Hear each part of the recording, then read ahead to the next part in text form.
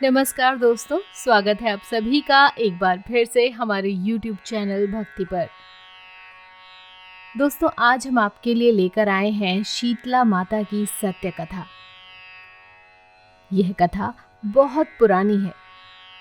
एक बार शीतला माता ने सोचा कि चलो आज देखूं कि धरती पर मेरी पूजा कौन करता है, कौन मुझे मानता है।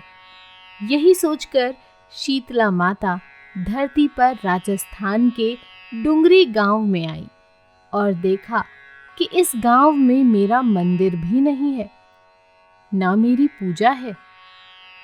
माता शीतला गांव की गलियों में घूम रही थी। तभी एक मकान के ऊपर से किसी ने चावल का उबला पानी अर्थात मांड नीचे फेंका।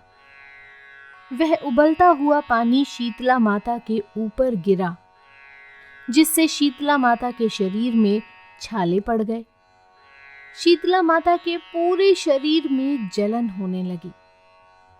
शीतला माता गांव में इधर उधर भाग भाग के चिल्लाने लगी, अरे मैं जल गई, मेरा शरीर तप रहा है, जल रहा है, कोई मेरी मदद करे।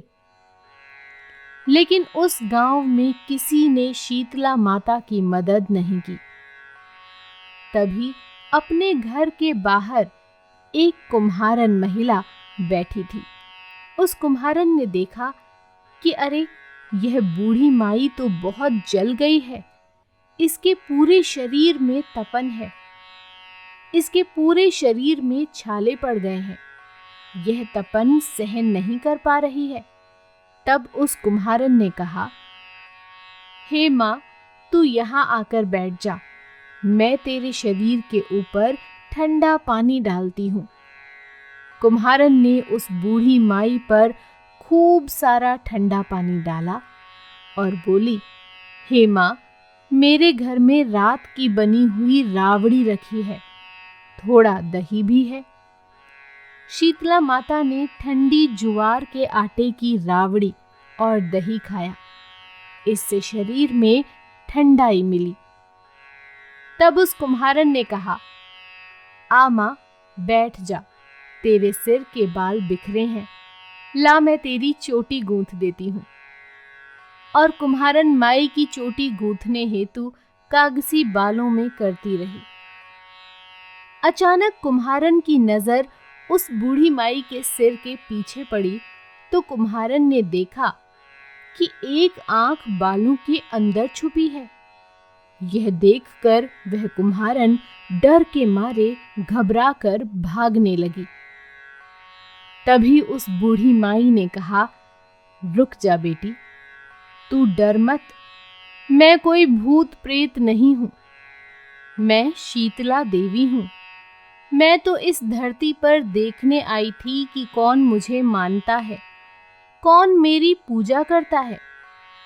इतना कह माता चार भुजा वाली हीरे जवाहरात के आभूषण पहने, सिर पर स्वर्ण मुकुट धारण किए अपने असली रूप में प्रकट हो गई।